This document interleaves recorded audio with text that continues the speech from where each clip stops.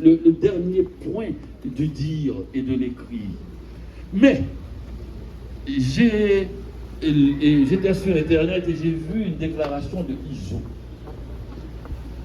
Il déclare que, c'est encore sur Internet, que la musique qu'il fait est tellement bonne, c'est la meilleure qu'il y a en Haïti, sauf Fantôme, qui est meilleur que lui, et qu'il fait cette musique, les gens vont souvent à la fin juger que le musicien est très bon, mais maintenant, tout ce qu'il a fait est tellement terrible, on ne peut pas voir le musicien. Il dit, ça fait 4 mois que j'ai arrêté de tuer. Il dit carrément d'arrêter de tuer pour qu'on écoute la musique. J'ai dit, calmons-nous. C'est un tueur, parce que j'ai entendu dire autre chose. Si j'entre dans l'autobus, je tue tout le monde, personne ne pourra dire quoi que ce soit. Et ce n'est pas une façon de parler. Il l'a fait, il a même un cimetière.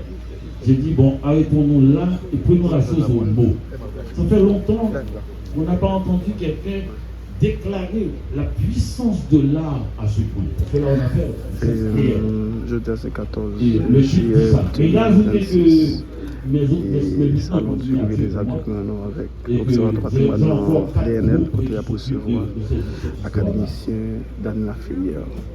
Oui, donc il a tué le personnage. Alors je me suis dit, il me donne la possibilité, comme il parle de l'art, de parler à un niveau international de l'art haïtien. Pour la première fois, j'ai une fenêtre.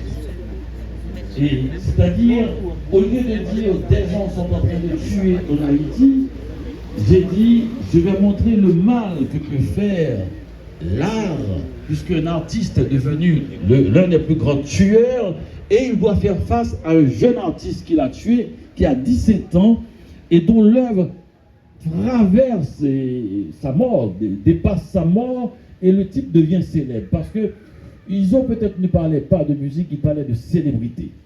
Il en avait marre de la célébrité du tueur, il voulait la célébrité de l'artiste. Et Nix, qui est un jeune homme de 17 ans, se